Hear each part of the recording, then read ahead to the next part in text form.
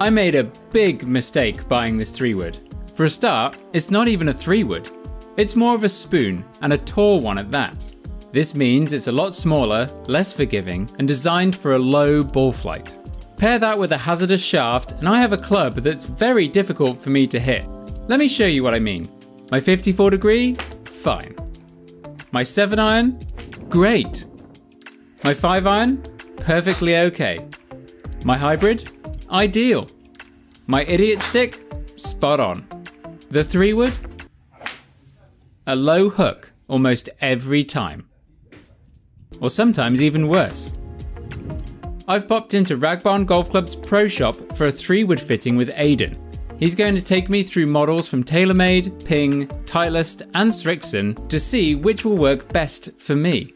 Wragbarn has a fantastic facility with a GC Quad launch monitor to get some accurate numbers and find some real answers. Aiden, tell me what's up. Hook in all the time, and it's the only club that does it. We're going to try and fix that. So we've got a selection of different heads and shafts here. Going to try them out, all different settings, and see if we can improve on this, get some more consistency in the bag. Aiden places a white dot sticker on the club face of my 3-wood that allows the GC Quad to pick up club speed, face angle, ball speed, and anything else that's going to help me figure out just what's happening at impact. We could even look at making some adjustments to this, because obviously it's got the adjustable neck on there. We can tweak loft and face angle, and then put a selection of these in your hand and see what the difference is. Classic. Of course, the moment I'm trying to show Aiden what's going on, I hit a really nice shot. Right, that's the fit complete. Nice seeing you. I hit a few more and the hook starts to show itself. Okay. There we have it, sports fans. That's it. That is the cursed shot. Now, let's get some more details about why exactly this is the wrong club for me. This is basically the tour version. They put all the weight forward, made it a really small, deeper head, designed it for a much lower launch, lower spin. That's why the loft comes in 13.5. It's for that guy. It generally hits the ball really high, very heavy, very low spinning, low launching shaft. So everything about this is designed to go low. Granted, lofting up, that's going to help things, that's going to help the launch, that's going to help the spin. Yeah. But even then, weight push forward, heavy shaft, again, it is just designed for a very low penetrating ball flight. So the combo of the club head and the shaft has been adding up to a lower ball flight and it going nowhere, with an average carry of just over 200 yards in this test. But what do I need in a 3-wood? Aiden starts off by taking a look at my club head speed. 100 mile an hour, that's good. I'm going to put you on a stiff there. Experiment with maybe a lighter stiff shaft. I'm going to give you Ping first. Actually, no, you said you liked TaylorMade first, didn't you? I'm honestly not bothered. Automatically having a look at the difference. Head size, much bigger. Oh yeah. What that's going to allow us to do is going to have more weight around the outside. It's going to be more stable, more forgiving. Same sort of head thickness and deepness, so you might still see that lower penetrating ball flight, but it should just hopefully be a lot more control. Plus with the adjustment of the loft, if we need to go a little bit more higher, try and get that spin and launch up. The sim I'm looking at here is an ex-demo model, normally retailing at £350, but it's on sale at Rag for $250. And the first shot with it went pretty well. Sold. No way. That's the dream, Aiden. Does that carry like 2? And that's a wrap. Thanks for coming. I mean, that felt right. Let's do a few more. Let's do a few more. Because we saw what happened on the last one, right? The ball is going a lot higher from the get-go, and I could really feel how much more forgiving this club was at impact. So bad one there. Look at the coupling though for all those shots. Even though you hit the ground there and slow down, that ball still got air ball, that ball still got distance, and everything you've hit so far, the consistency's been there. Aiden makes a good point here. When I hit it bad, it's still going a lot better than the old spoon did. Hit one more for us, I'm gonna make a quick adjustment to that club. Filmed not long after the lockdown, I hadn't even gotten into my ideal swing yet. I mean, I'm standing too far away from the ball for starters. Strike, lovely shot. There we go. That's awesome. Not perfect by any means, but that was all down to me. When it went well though, it was feeling a lot more natural. I could feel the sim was a lot more balanced than the F9 was, and even when it went wrong, it was still going further. Aiden figured that my shots were going a little bit to the right, so he made some adjustments to the club to fix this. Putting it in the upright setting, this changes things by a couple of degrees, and he says it should start bringing things more into the centre. Of course, this wouldn't stop me from hitting the ground before the ball, but as he said, it wasn't going to the right anymore. However, as I hit more golf balls, I just didn't like the feel of this setup. So we put it back to where it was, and Aiden tries to be nice about my bad shots. That's a very good bad one. You say that a lot in here. That's Yeah. a very... That's my catchphrase. Now that we've got enough data, Aiden cleans up the nightmares and compares it to my old club. That's beautiful. You can see straight away how much closer we're getting to that ideal launch angle that Aiden talked about earlier. Your F9, very low ball flight, predominantly finishing different areas, long, but everything here with the sim. Much higher ball flight, same sort of curve, but the dispersion is much tighter, much longer. With the sim wrapped up, I wanted to try as many options as possible. And up next was the ping. Massive difference here is the weight is predominantly at the back. It's designed for a slightly higher ball flight. In terms of depth, the head is a lot shallower. It's almost been crushed down and flattened, so this sits very close to the floor. That just allows you to get underneath it, get that ball flying high. Medium shaft here, so same sort of weight as your one, but it's not going to be a super low launching one. It's mid-flight, mid-spin, which is what we want from you. All the adjustments on there for loft and face angle. I wish I was standing closer to the ball here. What an idiot.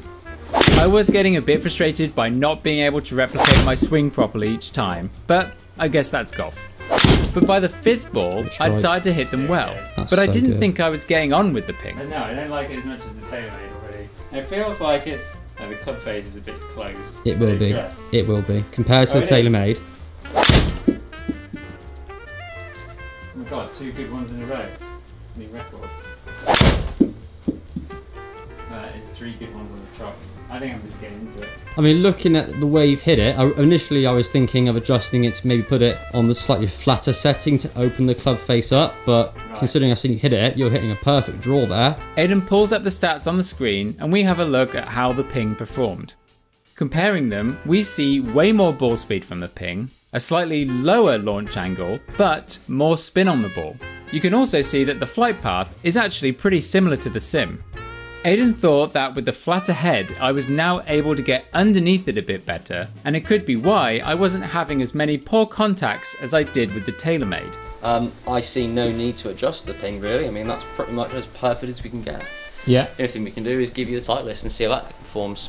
Tell me on the Titliest, let's go. Titliest, so TS2 did very well last year for us. We sold a lot of that. It was one of our best selling fairway woods. So not much change. You can't really change perfection, but all we've done... Oh, that's such a good line. Thank you. It's just a little bit thinner for ball speed. The weight at the back's a little bit better for stability, but also the main thing is the famous arc channel they got there, which is for dampening and for ball speed. That's just a little bit bigger. It's not complete revolution, it's an evolution. Wow. Incredible. Thank you. Shaft wise, we've got a Tensai just like the ping there. This is the blue, so it's a little bit lighter. It's only 65 grams there compared to 70. So where you said that one feels very heavy, this won't feel on the lighter side. Time to try out the Titliest, and from the beginning, I just couldn't get on with this one. It felt a bit weird. Where the ping and the TaylorMade felt powerful, the Titliest felt very soft. From that arc channel with dampening in there, it does sound soft. Even when you middle it, it sounds very soft. But Aiden wanted to try some adjustments first before I forgot about this club. So with the Titliest, you get a huge amount of adjustment on there. So you obviously see all these numbers and letters on there. Yeah.